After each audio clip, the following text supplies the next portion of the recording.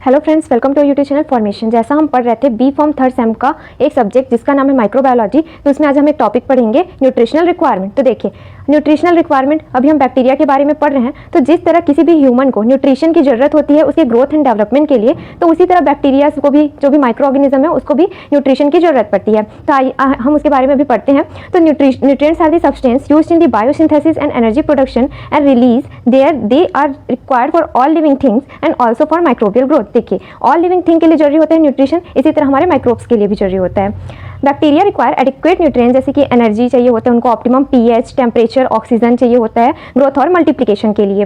Bacteria require source of carbon, nitrogen, phosphorus, iron and a large number of other molecule. जिस तरह से human body को इन सारी चीज़ों की जरूरत पड़ती है, तो एक बैक्टीरिया को भी इन सभी चीज़ों की, कार्बन, एनर्जी के लिए, ठीक है, ये सब चीज़ों की एक जरूरत पड़ती है।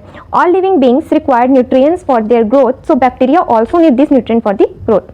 तो अभी हम देख लेते हैं कि हमको कैसे कैसे टाइप के न्यूट्रिएंट्स की जरूरत पड़ती है माइक्रो ऑर्गेनिज्म के लिए। तो आप जानते हैं जैसे कि विटामिन चाहिए होता है, कुछ माइक्रो एलिमेंट्स, कुछ मैक्रो एलिमेंट्स, तो इन सब के बारे में हम भी पढ़ते हैं। तो सबसे पहला है हमारा इसेंशियल एलिमेंट्स। ऐसे कौन कौन से एलिमेंट है जो इसेंशियल होता है? तो सबसे पहले मेजर मैक्रो न्यूट्रिएंट्स की बात करें तो the elements are important for bacteria and they are required in large amount. क्या है? इसेंशियल और मैक्रो न्यूट्रिएंट है, इसलिए लार्ज अमाउंट में चाहिए होता है। ठीक, जैसे कि वाटर तो सभी को चाहिए, carbon, hydrogen, oxygen, nitrogen, phosphorus and sulphur. तो सभी के बारे में हम थोड़ा थोड़ा देख लेते हैं। तो देखिए, जो वाटर होता है वो बैक्टीरिया के जो बॉडी का मेन कॉन्स्टिट्यूएंट होता है, क्योंकि 80% ऑफ द बैक्टीरिया का बॉडी है वो वाटर से ही बना होता है। तो the principal constituent of bacterial cell is water which is about 80% of the total weight. अब हम सेकंड बात करें तो water is a highly polar compound. आपको पता है कि हमारा वाटर हाईली पोलर होता है and it contains micronutrient and trace element which is required for the bacterial growth. ठीक है, अब उसके बाद अगर मैं हाइड्रोजन और ऑक्सीजन की बात करूँ तो हाइड्रोजन और ऑक्सीजन कैसे मिलता है? तो देखिए, ये हमारे वाटर का फॉर्मूला हुआ। ठीक, हम लिखते हैं H2O। तो अगर हम वाटर दें किसी भी बैक्टीरिया को तो उस कंडीशन पे उसको यहाँ से हाइड्रोजन भी मिल जाता है और यहीं से ऑक्सीजन भी मिल जाता है। ठीक, तो देखिए यहाँ पे लिखा है कि this are available from water added to the culture media. हम क्या बनाते हैं किसी भी बैक्टीरिया को अगर हमको ग्रोथ कराना रहता है तो कल्चर मीडिया। अब इस कल्चर मीडिया के अंदर में हमको वो सारे न्यूट्रिएंट्स डालने पड़ते हैं जो उस बैक्टीरिया के ग्रोथ के लिए मस्ट होता है। ठीक, तो अगर हम इसमें वाटर ऐड कर दें इस न्यूट्रिएंट मीडियम में तो वो क्या करेगा, वो बैक्टीरिया उसमें से हाइड्रोजन को भी यूज़ कर लेगा और ऑक्सीजन को भी। ठीक, अब यहाँ पे कार्बन, अब देखते हैं कार्बन का क्या काम होता है। तो carbohydrate is the principal source of carbon. हम जानते हैं कार्बोहाइड्रेट एनर्जी के लिए जरूरी होता है। अब नाइट्रोजन की बात करें तो it is the main source of protein and nucleic acid. ठीक है, क्यों? क्योंकि आपको पता ही होगा हमारे जैसे कि अब न्यूक्लियोटाइड्स हो गए, ये सब हमारे नाइट्रोजनस कंपाउंड होते हैं, नाइट्रोजन से मिलके बने होते हैं। इसलिए यहाँ पे लिखा है कि प्रोटीन या फिर न्यूक्लिक एसिड के सिंथेसिस के लिए हमारा नाइट्रोजन जरूरी होता है। ठीक, और नाइट्रोजन हमको कहाँ से मिलेगा? अमोनिया से। ठीक है, तो ये सब। अब उसके बाद हम आगे देखते हैं सल्फर के बारे में। तो many bacteria species contain sulphur from organic sulphur, inorganic sulphur, elemental sulphur. और सल्फर किस चीज़ के लिए नेसेसरी होता है? अमीनो एसिड के सिंथेसिस के लिए। ठीक है, वैसे तो सल्फर बहुत सारे टाइप के होते हैं, ऑर्गेनिक हो गया, इनऑर्गेनिक हो गया, तो ये सब। अब उसके बाद हम सेकेंड बात करते हैं मिनरल सोर्स की। अब मिनरल सोर्स नाम से ही समझ आ रहा है कहाँ से मिलेंगे, जितने भी हमारे मिनरल वाली चीज़ें हैं, मिनरल सॉल्ट्स हो गए, वहाँ से। तो देखिए, मेजर माइक्रो न्यूट्रिएंट्स। अब ये माइक्रो है, मतलब कि उतने ज़्यादा अमाउंट में नहीं चाहिए लेकिन बहुत थोड़े अमाउंट में चाहिए। दी केटायंस मतलब जिसमें पॉजिटिव चार्ज होता है, जैसे कि यहाँ पे सोडियम लिखा है तो सोडियम में कौन सा चार्ज रहेगा? यहाँ पे ऐसे पॉजिटिव। ठीक, इसलिए यहाँ पे केटायन की बात कर रहे हैं।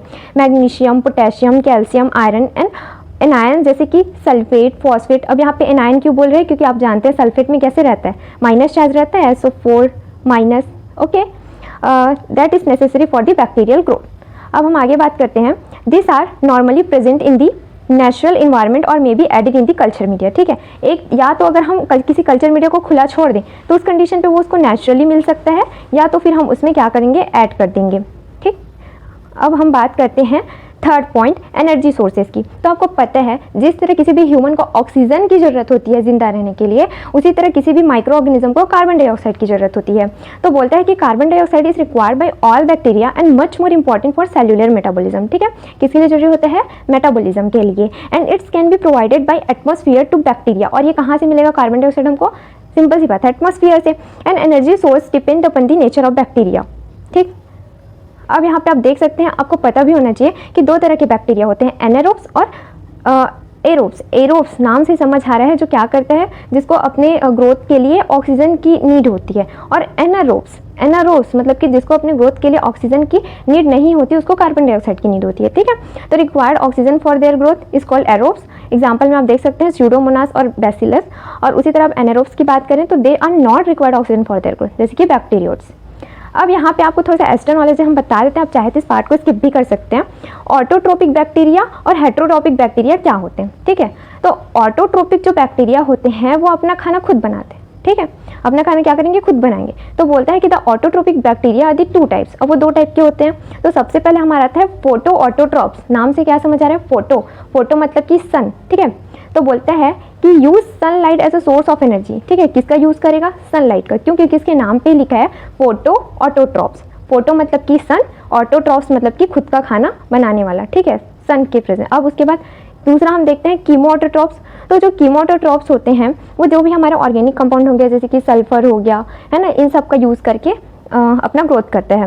अब हम सेकेंड की बात करें तो यहाँ पे आते हैं हमारा हेट्रोटॉपिक बैक्टीरिया, जो दूसरों पे डिपेंड रहते हैं, ठीक है। हेट्रो जो दूसरों पे डिपेंड रहते हैं, ठीक है, अपने किसी भी फूड के लिए। तो बोलते हैं कि it obtain their food from organic substances इधर लिविंग और डेथ, ठीक है। जो डेड मटेरियल हो गया, ठीक है, डेड कोई भी चीज़ हो गया, उसे ये अपना ले रहे हैं फूड। तो इस कंडीशन पे अब ये भी 2 तरह के होते हैं। देखो वो वाला क्या था, फोटो ऑटोट्रॉपिक, तो ये वाला क्या होगा हमारा, फोटो हेट्रोटॉपिक। क्या होगा यहाँ पे, फोटो हेट्रोपिक, ठीक है। अब यहाँ पे आप देख सकते हैं it obtain energy from organic compound to fulfil the requirements of carbon and electrons, ठीक है। ये कार्बन या फिर इलेक्ट्रॉन का यूज़ करते हैं। उसी तरह हमारा कीमोहेट्रोट्रॉप्स भी होते हैं। ये क्या करते हैं, chemoheterotrophs obtain both carbon and energy from the organic molecules such as the carbohydrate हो गया आपका, लिपिड एंड प्रोटीन। ये सब चीज़ से क्या कर लेता है, ये अपना जो भी फूड मटेरियल होता है उसको ऑब्टेन करता है। अब हम चौथे, अब हमारा लास्ट 2 बचा है, तो वो होता है हमारा ग्रोथ फैक्टर। तो ग्रोथ फैक्टर क्यों चाहिए हमको, सिंपल सी बात है, बैक्टीरिया के ग्रोथ के लिए, ठीक है। चाहे वो उसके चाहे डीएनए का सिंथेसिस हो, देन उसका सेल क्या हो, डिवाइड हो, सेल डिवाइड हो तो उसके बॉडी का ग्रोथ क्या हो, थोड़े अच्छे से हो। तो बोलता है कि for growth of bacteria need purine and pyrimidine, ठीक है। अब उसको प्यूरिन और पायरीमिडीन क्यों चाहिए, क्योंकि आपको पता है जो हमारा जो भी डीएनए का स्ट्रैंड होता है, ठीक है, वो उसमें जो बेसिस होते हैं वो प्यूरिन और पायरीमिडीन से मिलके बने होते हैं, इसलिए यहाँ पे ऐसा कहा गया है, ठीक। अब बोलता है कि जो purine and pyrimidine is the much more important for formation of DNA, RNA and also for the cell division. अब लास्ट यहाँ पे हम बात कर लेते हैं विटामिन की। तो देखिए विटामिन में जो हमारे बैक्टीरिया होते हैं उन लोग को मेनली जो विटामिन बी ग्रुप के जितने भी हमारे विटामिन होते हैं वो चाहिए होते हैं, ठीक है, मतलब थोड़े से रिच टाइप के। तो देख सकते हैं यहाँ पे some other species can't synthesise from media and do not grow properly in absence of vitamin. देखो कुछ ऐसे स्पीसीज होते हैं जो विटामिन के एब्सेंस में ग्रोथ ही नहीं करते, ठीक है, मतलब कि थोड़ी अमीरी वाला शौक रहता है उन लोग का, थोड़े वो बोलते हैं कि हाई अमाउंट का मुझे क्या दो, तुम विटामिन दो तभी मैं ग्रोथ करूंगा, ठीक है। अब हमको क्या करना रहता है, स्टडी करना रहता है माइक्रो ऑर्गेनिज्म के ऊपर, तो हमको देना ही पड़ जाता है, ठीक है, उस विटामिन को बाहर से।